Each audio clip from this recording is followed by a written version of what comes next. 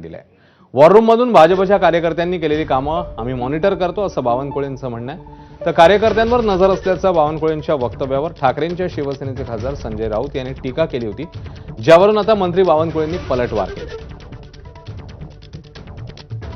पंकज भरणे मी 5 वर्ष आमचे दरवाजे बंद केल्याशिवाय राहणार नाही, हे आपण लक्षात ठेवू द्या ना। पंकज आणि मी आता पोलिसांकडे मागवणार, आपले सर्व्हिलन्स पण टाकणार, तसे भंडाऱ्याचे सर्व व्हॉट्सअप ग्रुप सर्व्हिलन्स पण टाकले आहेत।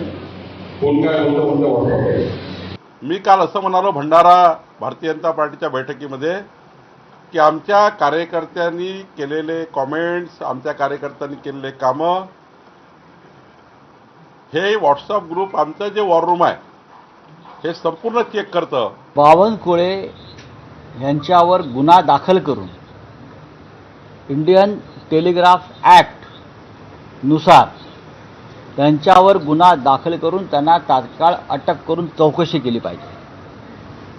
बावनकुळे यांनी कोणत्या प्रकारचं पेगॅससचं मशीन इथे आणलेलं आहे स्वतः, किंवा भाजपा कार्यालयामध्ये लावलं आहे का? संजय राऊताला का मिरची झुंबली?